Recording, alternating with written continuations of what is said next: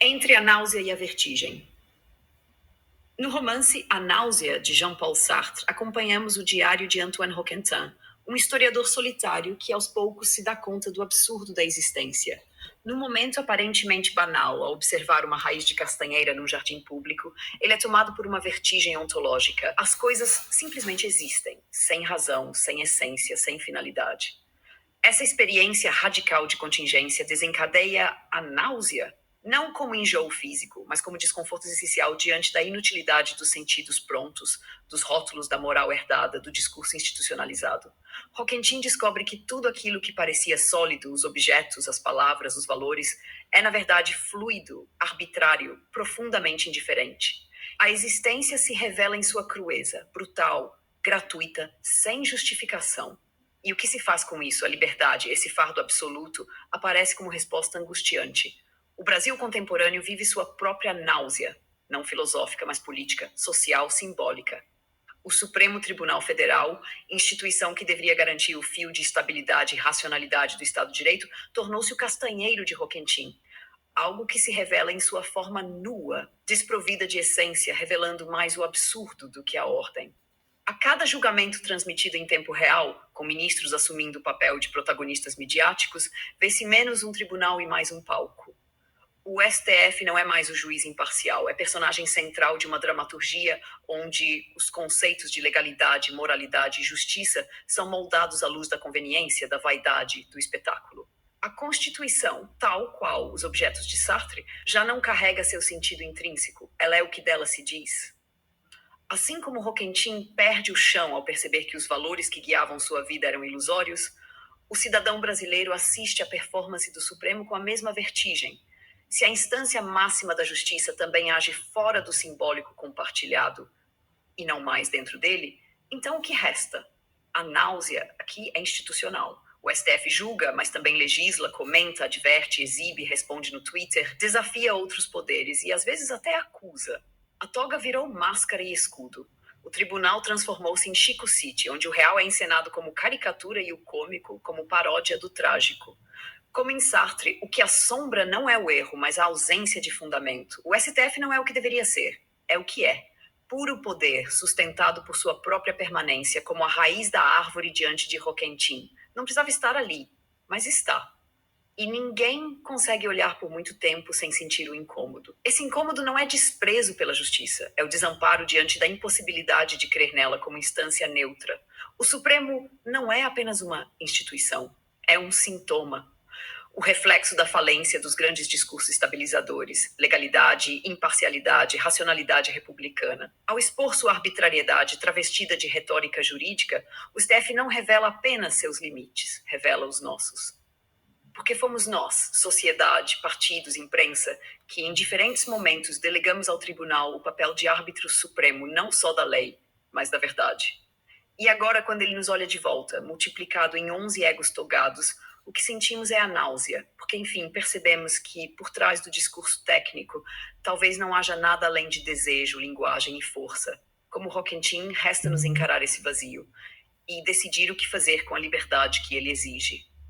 Essa náusea que emana do Supremo e, por extensão, das instituições que deveriam organizar simbolicamente a vida social, não é apenas sinal de decadência, mas de algo mais radical, o colapso da mediação. Já não há traves simbólicas suficientemente sólidas para organizar o desejo coletivo, a moral partilhada ou a confiança nos rituais do poder. Como em Sartre, o mundo se desnuda. Mas enquanto Sartre fala da liberdade como fardo, Kierkegaard a entende como vertigem. Segundo o pensador dinamarquês, a angústia é o sentimento que precede a liberdade. Não é medo de algo concreto, mas a apreensão diante do possível.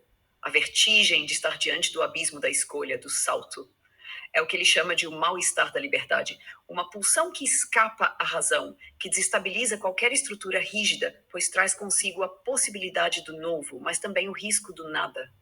O que assistimos hoje no Brasil, ao observar o STF e outros centros de poder encenando sua própria paródia, não é apenas a falência da representação política, é a liberdade batendo à porta, não como projeto planejado, mas como invasão pulsional.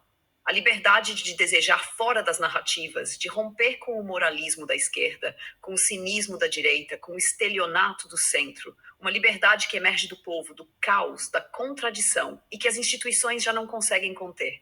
Essa liberdade, diria Kierkegaard, é também a possibilidade do desespero, pois exige escolha. E escolher é angustiante, quando já não se acredita em ninguém. Mas também é a única saída possível da náusea: o salto. O Brasil está à beira desse salto. Não sabemos o que há do outro lado. Mas talvez como Roquentin, ao reconhecer o absurdo, comecemos finalmente a agir, não segundo o que esperam de nós, mas segundo o que nos inquieta de verdade. Porque a liberdade, como a angústia, é a única coisa que ninguém pode delegar. E quando ela chega, mesmo disfarçada de crise, de colapso, de ridículo, ela vem para nos arrancar do sono das instituições mortas. E o que se segue, então, já não será teatro, será escolha. A náusea não é só a constatação do absurdo, é a angústia de estar num mundo onde tudo continua, apesar de não fazer sentido. É também o que se sente ao assistir sessões do Supremo, em que ministros usam o púlpito não apenas para julgar, mas para filosofar, lacrar, retaliar, interferir, moralizar, como se fossem os novos oráculos da República. A existência política escorre para o campo da performance, da estética do voto longo, da verborragia jurídica com verniz ético. Não é mais a letra da Constituição que dirige a cena, mas o discurso do grande outro travestido de rede social.